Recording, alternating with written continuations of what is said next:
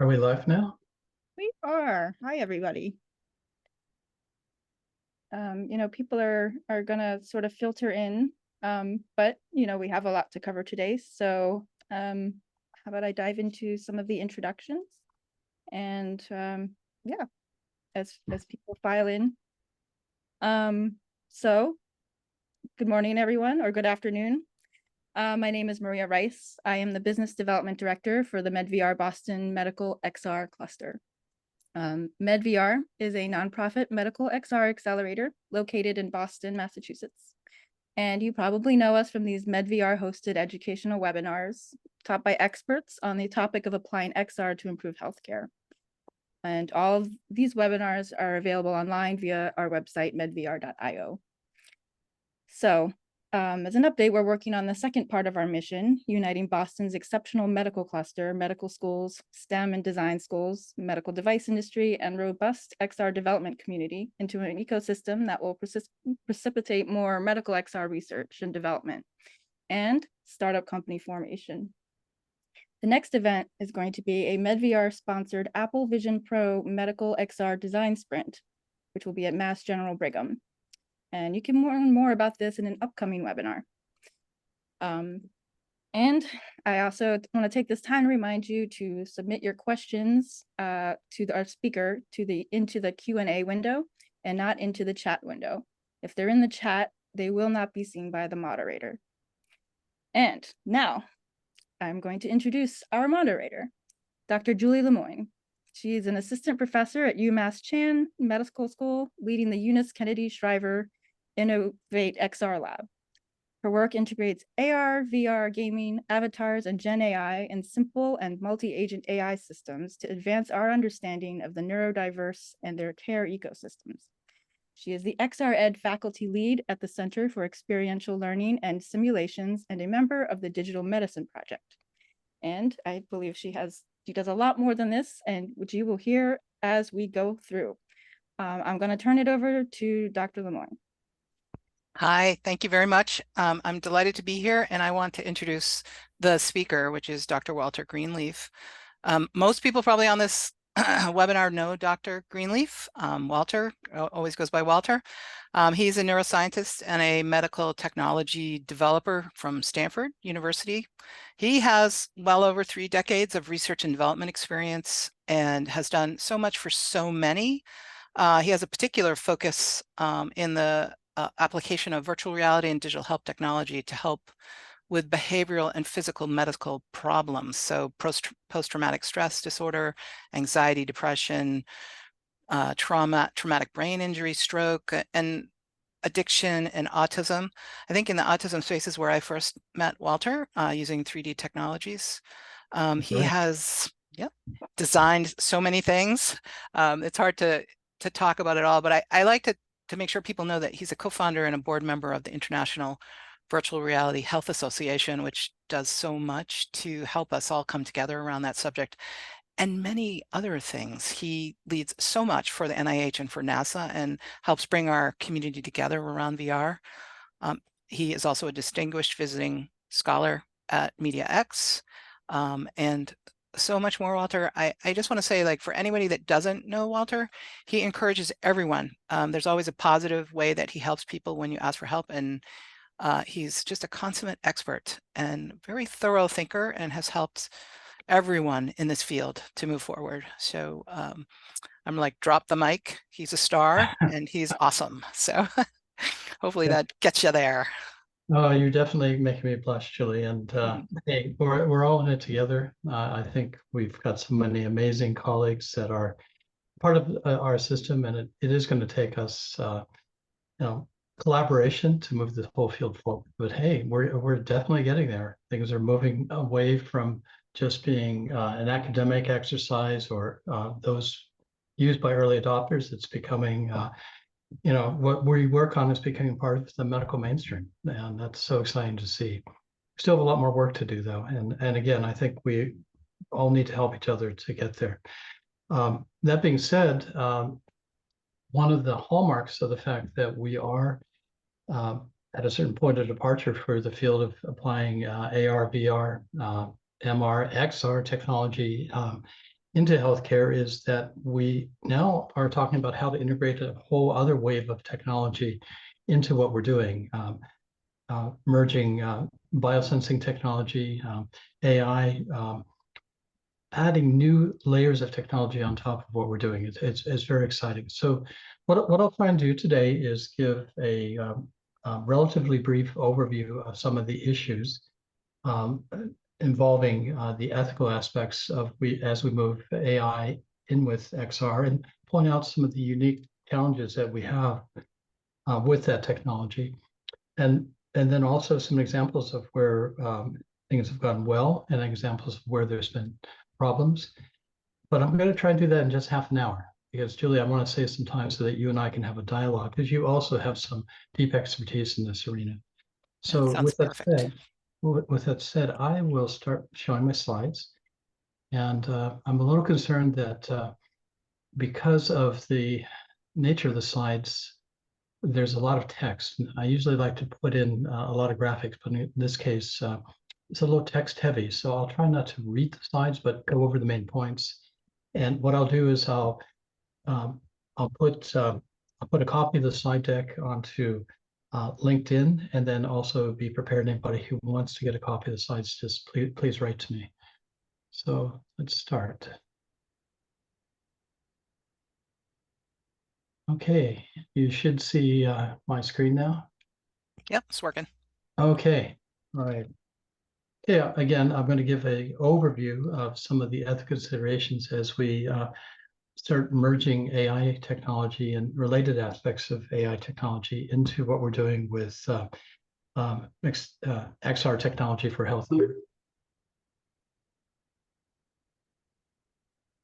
And what always propels me is I'm very conscious, because of my time when I was the director of the Mind Division at the Stanford Longevity, I'm always very conscious of one of the crises that's looming. And it's not a matter of theory, it's just a matter of demographic math. We have a healthcare crisis looming, the silver tsunami, as it's called, with an aging population. Since 1970, the world's population has approximately doubled, but family sizes have gotten much smaller. If you look at where we were in the 70s in terms of the ratio of people in their 70s and 80s compared to now at 2024, we're top heavy. A lot more seniors. We're living longer than previous generations. But what we haven't done is change the needle that much on some very serious issues, such as neurodegenerative disease, multiple sclerosis, just problems keep mounting in terms of healthcare with an aging population. And if we project forward just 25 years or so, 1 to 6 people in the world will be over the age of 65.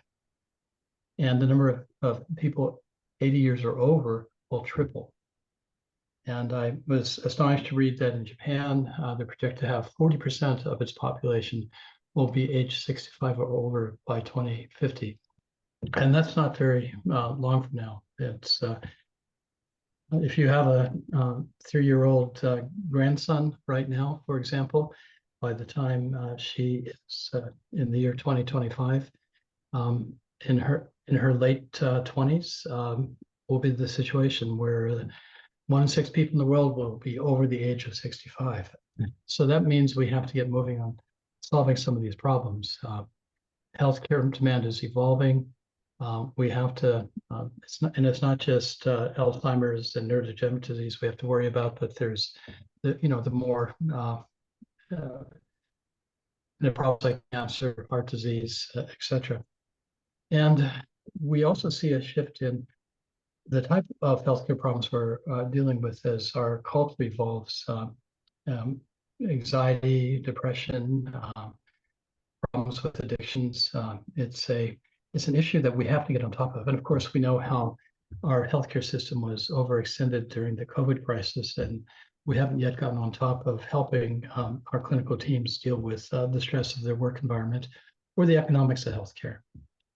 And in particular, we need to worry about the problems that we have with mental health care. But the good news, there are pathways to come up with a solution, and there are solutions at hand. one thing that we must do is do a better job of diagnosing earlier, do a better job of intervening earlier, to more of an emphasis on preventative medicine and more of an emphasis on doing predictive modeling and helping to intervene before problems become even more expensive. We also have to change our location of healthcare. Instead of waiting until people end up in a hospital or intensive care unit, to provide healthcare at home, and again, to do better predictive modeling of where the problems are. So the reason I talk about these crises is that it really weighs in on, as we look at moving AI into the healthcare ecosystem, how do we come to the right balance of dealing with these expensive, life debilitating problems, but also do things in such a way that we emerging technology in a safe and appropriate manner. So we have the crisis of an aging population. We also have the crisis of a overextended and underfunded healthcare ecosystem. And we also have a problem in our youth. I'm astonished when I talk to my friends and colleagues in the children's hospitals and those who are dealing with mental health care, the surge in problems that we're seeing with our youth. Part of this is the nature of the world that we live in today with technology, but also the effects of going through a pandemic. It was very challenging for our youngsters in so many ways. So we're dealing with that problem, and again, it impacts how we consider and balance the intervention of AI into our technology. But I'm heartened by the quote that one of my favorite quotes by William Gibson is that the future is already here. It's just not evenly distributed. We have some amazing solutions in front of us, and we can roll them out and scale. But again, we need to do that with proper consideration to health and safety. It's truly a balancing act.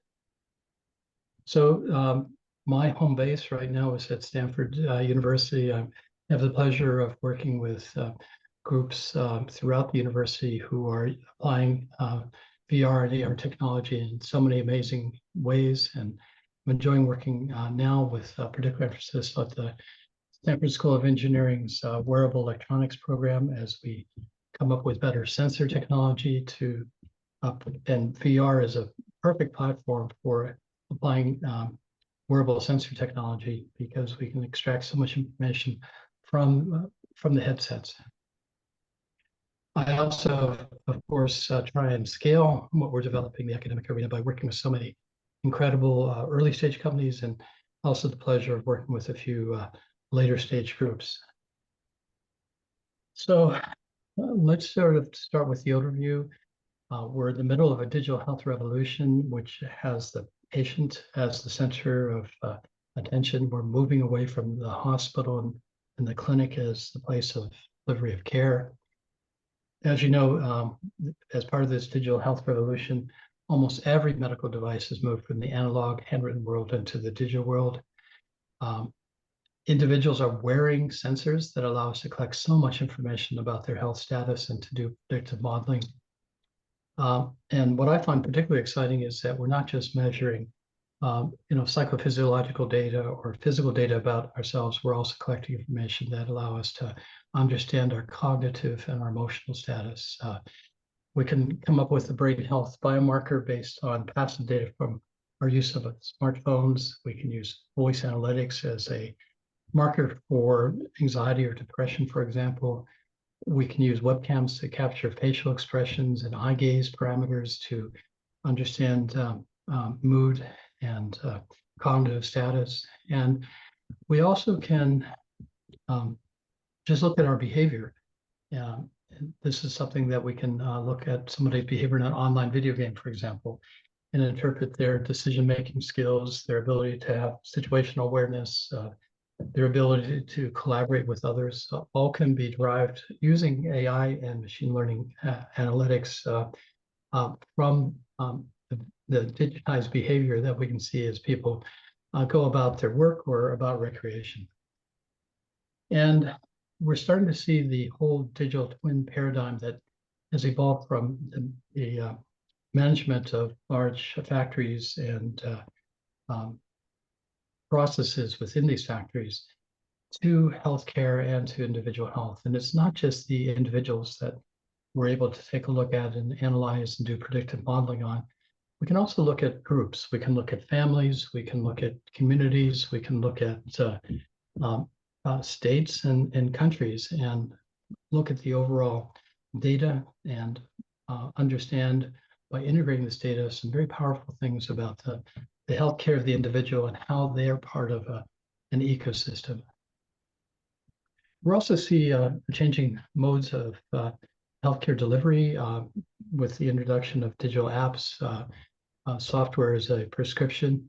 We see combination therapies evolving. Again, the use of smartphones and AR and VR systems as a point of care is emerging. More than half the world's population now has access to a smartphone, and it's becoming a point of care for many. This allows us to come up with a huge amount of data that we can use. And again, we need to leverage AI technology to do that. We are emerging with platforms that collect data, influence behavior, but also provide data to our scientists and our bureaucrats to help us better manage our healthcare ecosystem. I'm excited to see how things are changing in terms of sensors. They're evolving quite a bit, and we're starting to see what people call the Internet of Things, where we have data from our refrigerators, from our automobiles, from our smartwatches, all being able to be integrated into one large model. And again, we need to leverage AI technology to do that. We're seeing this merging and transition from factory management, being able to predict when a part might fail in a factory so as to not have to halt production. We're seeing that model applied to the electronic medical worker and coming up with simulations and predictive modeling for our own healthcare. And again, what's powering all this and making it possible is that backbone of AI systems, machine learning, predictive analytics, generative AI, large language models, all are part of this amazing move forward into a digital health ecosystem. And it's my premise, and it's what I tell those who are outside of our XR for Health arena, is that I think AR, VR, XR technology will be the backbone for this digital health evolution. It's the way that we promote adherence. It's the way we connect individuals with the healthcare system in so many ways, and in particular with the evolution of AR systems at a lower cost. I think we'll see things move forward over the next 5 to 10 years in a really robust way. It's important to keep in mind the digital healthcare business trends. We're seeing the tech titans coming in to our arena. Apple, Google, Samsung, Amazon, others are becoming healthcare players. We're seeing a shifting regulatory landscape with reimbursement codes evolving to match the digital health landscape. Telemedicine is gaining traction. And again, we're starting to be aware and finally coming up with more objective measurement tools to support the very necessary focus on mental health. So that brings me to the zone of affective computing, the ability to leverage sensor technology, computational technology, AI technology to develop systems that can interpret our emotional state and adapt their function appropriately to be able to generate an appropriate response to a user's emotional state. This is so cool and so important, for all too long, and still by and large, we use subjective measurements in this zone. And that holds back the field of psychiatry, psychology, and research into coming up with new methods to address mental health issues. When we use subjective measurements, we have a lot of bias and a lot of noise in the data. But with the field of affective computing and proper use, we can come up with much more objective measurements of both emotional states and also cognitive state. And I think this is going to be an important thing to keep in mind, that as the tech titans move into healthcare, they will bring what they are doing outside of healthcare in And this is about personalizing experiences, adapting our technology to match our mood, to match our cognitive status, to change the user interface based on how much sleep we had. Do we have a cognitive impairment because of alcohol or because of cognitive aging? Are we having a good day or a bad day? Our technology, our refrigerators, our automobiles, our ways of communicating with each other will change based on and improve its functionality based on how we are. And this is going to mean that our friends in the consumer electronics industry are going to be putting a lot of effort into studying how we are. So we'll see the paradigms shift and having the focus on interpreting through, passive sensors, unobtrusive sensors, webcams, microphones, etc., our mood and our cognitive status. And I think personalizing experiences is going to make a big difference in healthcare. We will see and be able to migrate what we're seeing in the consumer electronics arena into the health arena and come up with much more robust and objective and ideally unbiased ways of interpreting this information. It's going to be important, though, that we get it right, and that'll be part of the conversation I have with Julie later. So just to give some examples, I'm excited by some of the things I'm seeing. Harmonize, for example, has a data as a service business model to take their large data set of signals involving eye gaze that are related to attention, to cognitive processing, and to simulator sickness, and provide that as a service that we can use through AI systems to put into our systems and do predictive modeling. One example is coming up with objective markers from eye gaze related to Parkinson's and other movement disorders. It's amazing what we can do with just that simple signal that can be collected from a cell phone. Also on cell phones, we can look at key press activity and other parameters from the use of a smartphone. And these keyboard dynamics can come up with scores that are related to mental status and emotional status, and basically studying the behavior on our smartphones as a way of coming up with an unobtrusive way of coming scores related to healthcare. Again, AI is the backbone of that. One final example is the way groups like Ellipsis Health and others use voice, tone, and semantic content to come up with a score for anxiety and depression. So these are just examples of how AI is already part of what we're doing for evaluations, coming up with more objective measurements. We're seeing new ways of doing cognitive assessments. Now, we have to be careful to make sure, especially in the VR AR arena, that we build culturally diverse and age-appropriate experiences that we're using as part of our therapeutic or as part of our assessments. We can do that now a little bit easier, a lot easier using generative AI, but we have to take the effort to do that and take the effort to validate and make sure that our content is not biased. That's not easy, but it's worth it. I love the work. This is one example of Lee Williams, one of my colleagues at Stanford University, who runs the Stanford Center for Precision Mental Health and Wellness.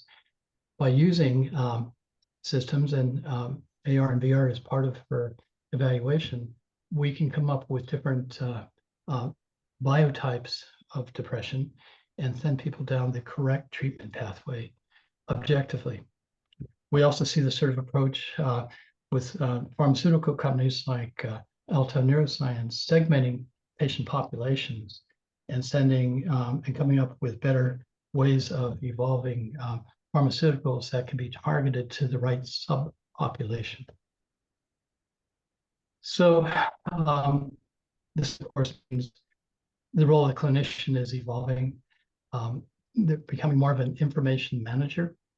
And that means as we design our systems and put that AI backbone behind them, that we study our users and make sure we're providing information in the right format and the right pace based on their learning style, their overview review style, and at the pace that they can interpret, because we are asking our clinical teams to do so much more as we provide them with more information. And we also need to position our clinical users to be in a better position to promote adherence. We have the tools to do that. And again, we need to do the design phase right. So that's by way of background to talk about the overarching trends that are going on in our field and our industry. I do feel we're at the transition phase, moving from the early adopter phase into just part of the healthcare ecosystem. But with the new wave of biosensing and AI, in many ways, we have to re-engineer what we're doing to take advantage of these new powerful technologies and make sure we do it right, and right both in terms of ethics, but right in terms of affordability and how it fits into the healthcare ecosystem. As we know, VR can make a big difference, especially in terms of promoting adherence. We create experiences that are memorable, and we come up with more objective measurements to do a better job of providing healthcare. And that means it doesn't make sense to have a more objective measurement if we don't remove the biases that are part of those assessments. So it's critical that we do that. So the full stack of healthcare is being impacted by what we do in our field. And as AI comes in, we need to make sure we merge the right way. So with that, I'm going to start now talking about the different ways AI is having an impact on clinical XR. I'll give just the top level descriptions so that Julia and I will have some time to talk about it. We're seeing ways that AI algorithms can personalize the treatment to dynamically adjust the user's experience, the content that we're having, and the interpretation of that information, using AI algorithms to adjust in real time the user's experience. We can do a better job of diagnosis and assessment. Again, with all the data that's coming in, it's critical to leverage AI systems to interpret that. And we're seeing new ways of leveraging AI agents, AI chatbots to support virtual therapies, to, for example, have an avatar of the clinician be available for a dialogue post-discharge. Instead of handing patients a stack of Xerox papers, we can have the clinician's avatar or another expert available for a dialogue. Again, the ability to look at large data, extract information from it to personalize and to diagnose in a more robust manner. We can dynamically change the user's experience based on their biosignals, their psychophysiology. And so, for example, for exposure therapy, for phobias, anxiety disorders, or for teaching situational competence for addictions or social anxiety disorder, we can dynamically see how the user is reacting. And much like our friends in the gaming industry do, adjust the experience based on the behavior of the user to make sure that we promote adherence. And then we can look at if we're using VR as a way to distract from painful or uncomfortable procedure, we can use the measurements that we're getting about how people are reacting to change the pace and the content of the experience. Again, something that's not possible without the use of AI. Same principle for cognitive rehabilitation. We can dynamically adjust the experience based on sensor technology, eye gaze, voice tone. We can do predictive analytics to see when someone is likely to have a problem and post-discharge follow up, and use XR as a platform to collect that information. Movement analysis with markerless motion capture, again, empowered by AI. And again, as I mentioned earlier, I think we're coming up with new ways to measure our cognitive and our emotional status and dynamically change the user experience based on that. Again, all empowered by AI. Critical that we make sure we get it right, though, and not have the safety and the bias challenges. And I'll go into specifics about that. We're also seeing in the zone of education and training, the way AI is having impact. We can personalize the learning pathway based on the progress and learning style of the user.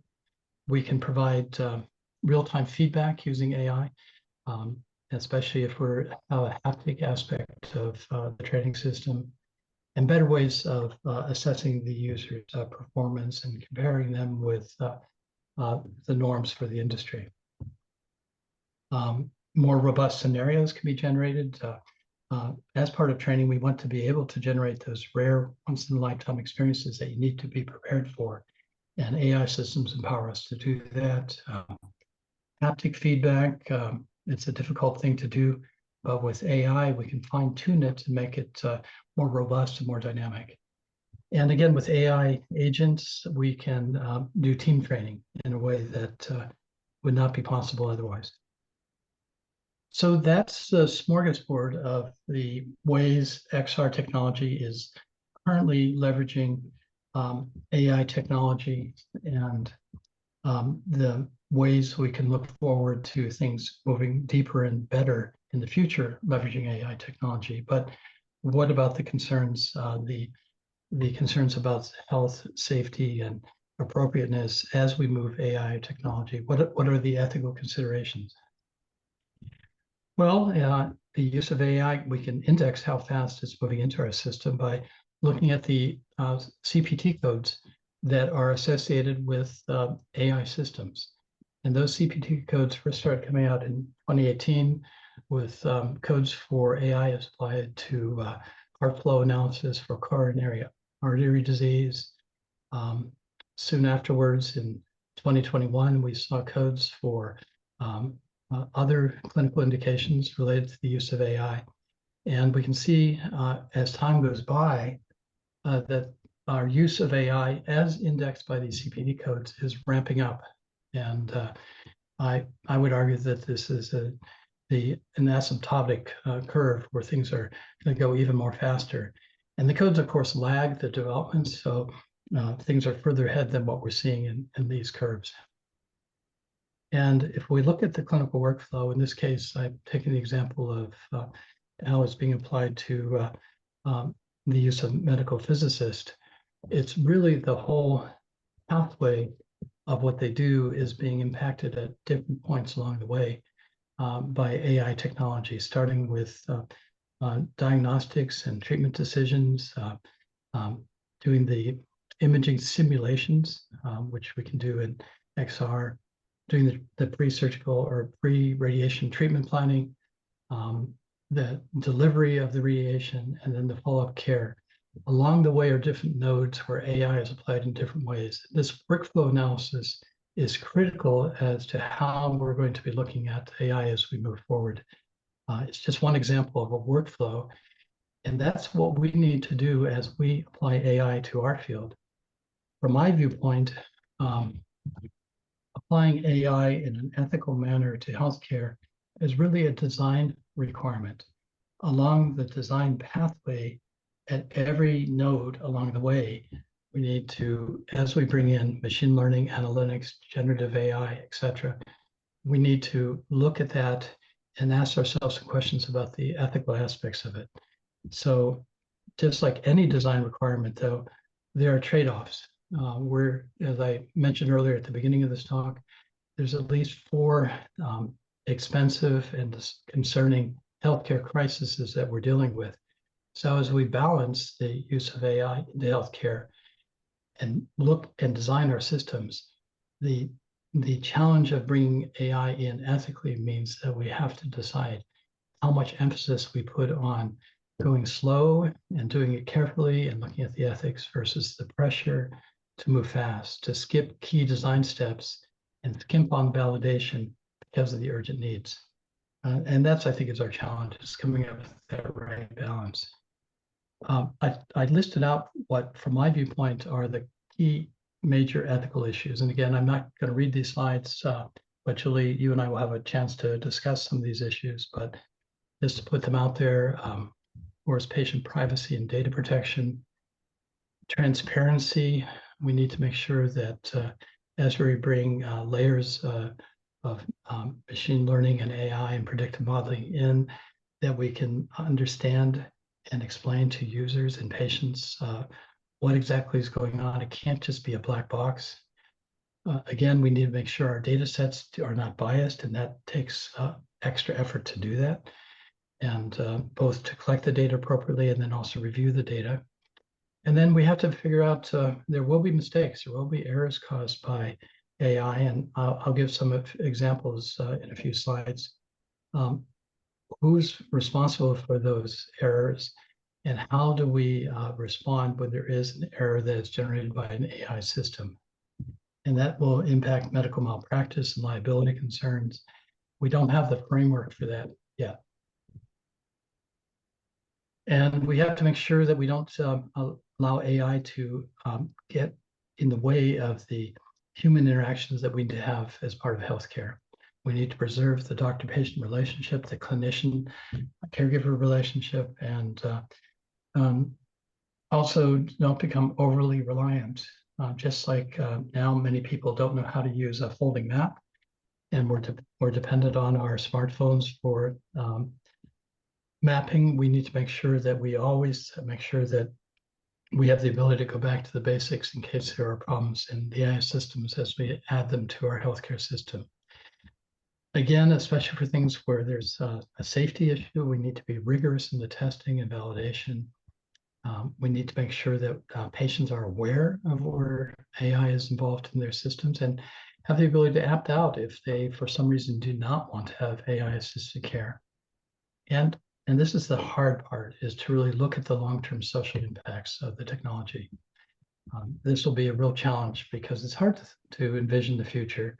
I'm sure that Mark Zuckerberg, for example, in his dorm room, did not anticipate the problems we have right now with some of the systems that have evolved out of the work of Facebook and Meta. We need to think very carefully and do our best to imagine the downstream effects as we move AI as a powerful technology into what we're doing with XR as another powerful technology. So again, I think we need to look at the workflow for any clinical product and have the intervention and layers of AI be part of our workflow analysis of how we're addressing a clinical problem, and be very transparent and aware of where we're applying AI, and make sure we look at the ethical aspects at all points of that design phase. So there have been problems, as has been brought up, just examples of, for the Epic sepsis model. There was poor performance when it was brought forward at Michigan Medicine. The model issued false alarms and missed many cases of sepsis. There's other examples, and again, I'll distribute these slides afterwards that have a list of examples. I think we need to anticipate there will be problems and be prepared to address that just like with any other design issue, and not be over-reactive but not under-reactive. So we need to do extensive testing and validation, but again, there's a pressure to move forward with alacrity. So the Coalition for Health AI has come up with key elements of trustworthy AI in healthcare: testable, privacy-enhanced, safe, accountable and transparent, explainable and interpretable, secure and resilient, fair, meaning biases are managed, and useful. I mean, that's one thing to throw AI at a system. We need to make sure that it's appropriate, it's reliable, testable, but also beneficial. And because adding that layer of AI can cause some ethical concerns that there's no point of doing that if it's not appropriately valuable. I want to call your attention to a book that I think is important. I talked earlier about how we're getting better at measuring using biosensors, our emotional, our cognitive status. This does bring up in its own zone an issue of ethics. And I really enjoyed the book by Nita Farahani titled The Battle for Your Brain, Defending the Right to Think Freely in the Age of Neurotechnology. As we're getting better at understanding our emotional sets, especially with unobtrusive sensors, this opens up challenges for both how is that data used by employers, how is that data being used by groups that are trying to sell us things, and if we happen to be a dissident in a environment where dissidents are not appreciated, how is that data used? It's an important ethical issue. And finally, I want to talk about one of the observations that Susan Kirsch from the Veterans Health Administration has made, that just because we can do predictive modeling of risk factors and say that someone is at risk for suicide ideation, for example, we have to be careful. Just because you have a risk factor doesn't mean that it will definitely happen. So it's how we interpret this data and how we make use of it and how we present it to our patients and family members. We have to be careful to realize that with predictive modeling, it's predicting, it's not a certainty. So there are trade-offs in that whole issue. And finally, I want to spend a moment just pointing out that there is an ethical downside to the surge of AI. Google's emissions have climbed nearly 50% in the last 5 years due to AI energy demand. Google's goal of reducing climate footprint, and it's not just Google, it's the other tech titans too. Water usage, energy consumption, all have set us back so far because of the use of AI systems. It's expensive in terms of our climate goals, and the consumption of resources has been accelerated by our use of AI. It's just one example is nearly 2/3 of England's annual energy consumption is equal to what's happened with just an increase in water use since over the last few years. It's incredible, the statistics, because of the cost of using AI. So again, to summarize, I feel that building AI into our healthcare systems is a matter of appropriate design, but there's a pressure to move fast, to skip key design steps, and we have to be very careful about that. And I encourage you to look at the key elements as established, both Coalition for Health AI, or key elements of trustworthy AI in healthcare. And I'm going to close with feeling optimistic. I talked earlier about my concern about an aging population. I think with the technology we're evolving today, we will be able to get on top of these issues, come up with new solutions for neurodegenerative disease and other problems. But we have to be careful to make sure that we're not overburdening ourselves and our seniors with technology. It has to be well designed so it's unobtrusive. I think with that, I'll close so that I have time to talk with Julie a bit about this. Thank you very much for your attention. Yeah, that was amazing. Thank you very much. And I had a couple of thoughts to talk to you about just based on that presentation. My first reaction to your discussion was that trend to smaller families and yet greater elderly, and the focus to move hospital to home. That combination, without other people in their family around, really begs the artificial personalities, to help, to keep them comforted, to do that kind of thing. That is the balance, right? And boy, it's like the ticking time bomb of so many more needing assistance. Around ethics and AI, I was interested in your comments relative to all of the, I wouldn't say it's maybe the size is overblown of the, oh my goodness, AI is going to take my job, right? So do you have a comment on, particularly in mental health? I have an opinion, but I'm interested in your comment on, hey folks, don't worry, right? We need so much help, right? Do you have a way that you allay those fears? I made the mistake out of exuberance and excitement to say, sure, it's going to change jobs, but people will be able to evolve with new tools. It just means maybe the less mundane jobs will go away because of AI not requiring us to spend so much time on spreadsheets or other things, and that we'll be able to get on with things that are a little bit more meaningful and impactful and perhaps even more fun. I think I was wrong with that overly optimistic assumption. I recently had a conversation with Brett Leonard, a a director in the movie industry, and he pointed out that for the creative part of his industry, the actors, the screenwriters, etc., things will not change that much and maybe be empowered by the technology. But for those who are below the line, and that's the expression for those who are doing the catering, the carpentry, the sets, etc., as they use AI to get rid of going on site and doing special effects with computer-aided systems, that there are people whose jobs will be completely eliminated and are being eliminated because of the use of AI right now. And I think it's overly grandiose to just say, oh, your jobs will evolve. I think for some Yeah. people, it won't happen. And we need to be aware of that and as a society, plan accordingly. Yeah, and in the mental health field was such a crisis in not having enough mental health professionals in all rings, of it.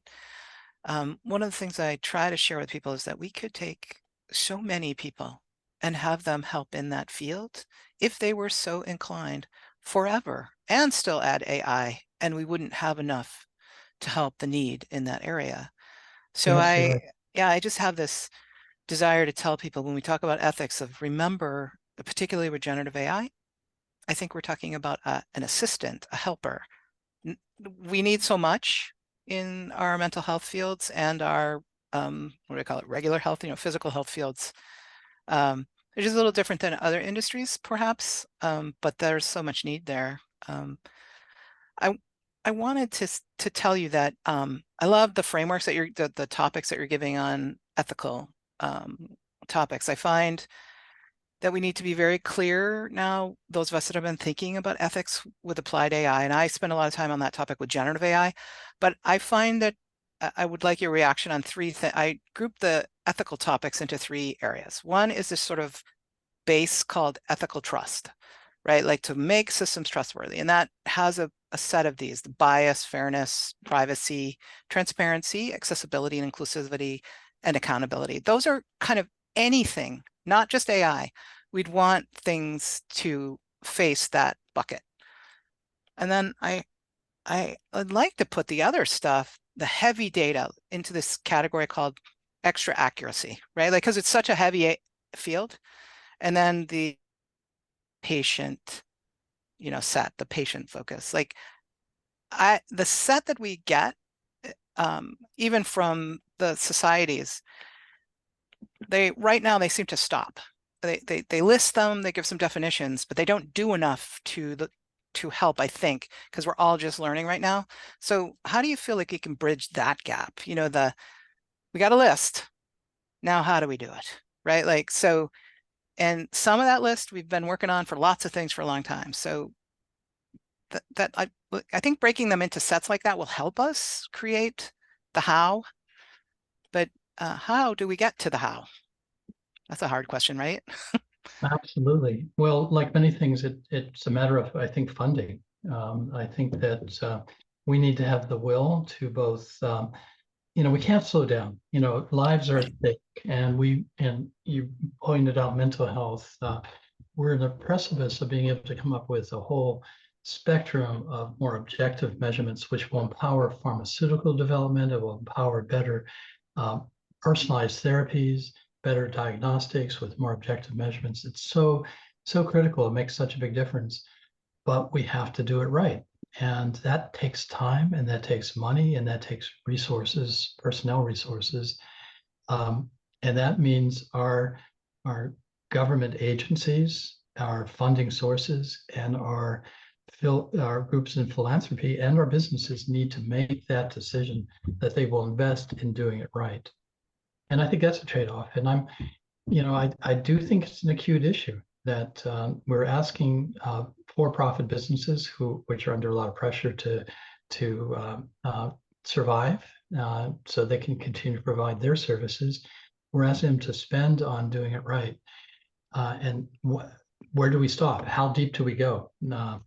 And I think I almost said this is our Oppenheimer moment, and I think that might be too extreme a description. Yeah, exactly. Yeah. But it is a key time for us as we come up with the protocols, the paradigms, and and the policies, both regulatory and also how much we invest in getting it right. And I love the way you've trichotomized the different areas, Julie. I think that's a very good way of thinking about it. And you know, you could take each one of these of your important topics that you raise, like bias, right? Like, so every single time we talk about ethics with AI, with anything else, we all talk about bias. It's particularly with AI, though, you got to go down into the data, and you have to go into the creators, and you have to understand how bias affects the end users. And the end users aren't just patients for us, right? They're medical professionals, they're patients, they're learners. So getting to that detail, have you seen any work that gets to that kind of level of detail that says a little bit of a roadmap, like, hey, if you're really going to take this on and your capability is targeted at that, use this framework? I actually am not seeing a next level, and maybe I'm missing some of that work that you are seeing. Well, I did take a close look at what the Coalition for Health AI is doing, and they do seem to be going deep. Yep. But I think we should maybe ask our audience. I would love to know how Yeah. our developers that are out there that are working in moving AI into, and I assume that everyone that is part of our product development ecosystem and product deployment ecosystem is in some ways moving AI into what they're doing. I'm curious how they're handling this trade-off. Yeah. Let me see if they want to put that in the questions. I'm interested in that too. And I am working with healthcare simulation organizations to tie what we should talk about it as AI experts with simulationists in healthcare education. And just because the simulations know what they're trying to build. And if we're bringing AI into it, we need to be accountable of where we should talk, where we should partner, right? So there's some work that's going on with the IMSH that's really good there. So let me take a look at some of the questions on this. So we've got questions on singularity, the convergence of potential, how we grow out of this. I don't see, a number of people are asking the challenge. How do we face this challenge of comprehensive healthcare at this time with so much being asked of us? But there isn't actually. So folks that are in the audience, if you have a way that you apply the frameworks, very interested in hearing that. So put it on out there. I don't and I see see. one question is about why I spent 30 minutes and didn't talk about the ethical consideration. And that was a conscious decision. I think we could spend an infinite amount of time talking about the ethics, but I think what we need to do is realize that there is a pressure to move fast. What is going on with the healthcare crisis? How the unique tools of XR are using AI. And unless we know how we're using it right now, we can't talk about the ethics. And I wish I'd had more time to talk about the ethics, but hopefully, again, I'll distribute the slides. I've at least identified the key points that we need to apply to that matrix of where are we and where are we going and how are we using AI now. And I can give you the scale of this. The bigness of neurodiversity in the country is 10 to 30% of our population is neurodiverse, and 30 to 40% of our unemployed adults are neurodiverse. So this is a big scale. This isn't a small number of people that have mental health and healthcare needs in that area, let alone all the other challenges. Like, we all have physical health, concerns as we age, but mental health is huge, much bigger than most people think, I think. So I like to put that scale out there.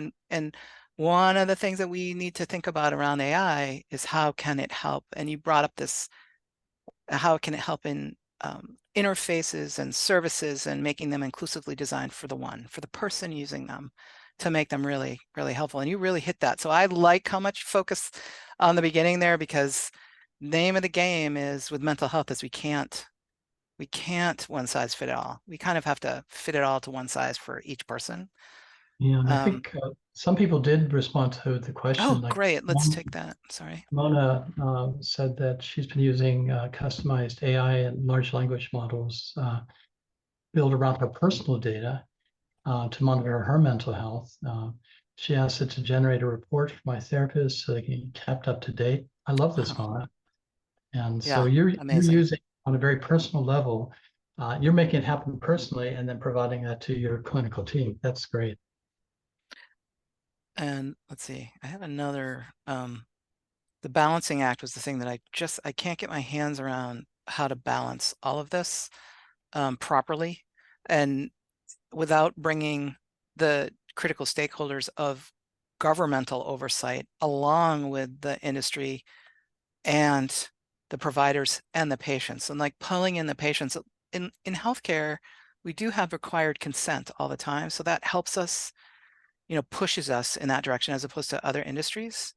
But how are we doing as far as like pulling all of these four constituencies together to focus on ethics? Have you worked enough in that area, Walter, to know how we're doing there?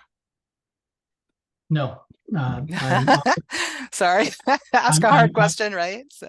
I'm worried. I'm worried though. I did notice that two things. One is Andy Mathis mentioned that NeuroRehab is using AI to provide real-time assessments and recommendations that they weren't able to do without the use of AI. That's pretty cool. And Stephen Alexander asked about the singularity. Are we worried about robots taking over? Basically, and I'm not worried about that. Maybe I'm overly optimistic. I do think that again, we have to build ethics into everything we do, but I'm not sure that we're going to turn the keys to the car over to any machine completely. And Yeah. I have a couple of comments on some of your, and I'm looking at the questions too. The notion of the power that it takes to run these AI systems, and how can we sort of fit not just the power that it takes from the world, but how do we fit those into solutions, right? And make them fast enough, to get near real time. So some of the work, just to talk to Andy and some of the others there, I find that I'm working to try and get guardrails on the AI so that it behaves in a way that's really predictable. So that area of predictability that you raised in ethics, Walter, is, I think we're really, the repeatability and the reliability, particularly with generative AI, is yet to come. Like, we're really working on that. I don't know how long it will take, but in your labs and in your work, I'm sure you're seeing people trying to stick it to therapy and stay with the therapy, but yet let AI do the talking. And I'm interested in your future vision in that area. Well, I think we know from research that people will say things to an AI system that they may not say to their therapist. Mm-hmm. And that, I think, combined with our ability to maybe infer emotional and mood state based on a challenge, gives us some very powerful tools. But we can't eliminate that bond between a care provider and those who are seeking care, that dynamic. So I think that's part of the challenge, is how do we, and it may be a matter of individual preference, both in terms of the patient and in terms of the care provider. But one question I love that I see here is like, how do we come up with the metrics of that balance of moving fast and applying AI versus skipping design steps? I mean, it's one thing to say, here's a problem, we need to have the right balance. And there's so many parts of that balance. Is there an overall way we can score how well we're doing at coming up with that balance? And right. Frankly, I love that question. I have no idea how to answer it, but it would be great. That would be a nice thing to do, is if we can come up with a ethical metric of some sort of how good are we at achieving that balance. But again, how do we put our values into that metric too? Right. What do you check yourself against? Right. And that's where these frameworks that you're saying and raising are really important. So I know it's the end of the hour. We're being asked to wrap this up. And we actually got an interesting question that says, please define ethics at the end of it. And I would say maybe you would like to take a shot at that. I think it's all these things we're talking about. You've got many lists of things, and that makes things ethical. But where's your feeling around saying that? Well, ethics are a reflection of our values as a society, our values as individual, and it's an evolving arena and hard to measure. I found it fascinating. You remember the trolley problem that we would pose people like, do you throw the switch or not? As part of the people who do research on neuroethics. Guess what? As we start using AR and VR simulations to pose the trolley problem, they're getting different answers than when the problem was posed as a thought exercise or something you would read about in Crazy. form. If you actually have the experience, people are making different trolley decisions than they would ethical decisions than they would have if it was just using your imagination alone. Wow. Okay. That's kind of amazing. What we write on paper is different than what we do when we live it. And what our ethics are changes on the context too. Mm. So, Oh my God. let's close with that. That's amazing. Well, thank you so much. Maria, I don't know if you want to do some close up. Amazing. You guys did an amazing job. So Dr. Greenleaf and Dr. Lemoyne and everyone who contributed in the Q&A, thank you all for a really productive conversation. Walter, will slides be made available? Yeah, I'll post them sometime in the next day or two on through LinkedIn, and also anyone who chooses to write to me and ask for a copy of the slides, I'd be happy to send it out. And maybe the Med VR group could also be a resource to distribute those slides. But I think what's more important is more the message of we need to think about this and get it right. This is a key time. So. My slides just have a laundry list of some of the issues, but how we solve the issues is really up to us. Yeah, I hope we can continue this conversation again soon. And I hope you guys have a great rest of the day. Take care. Care, everyone.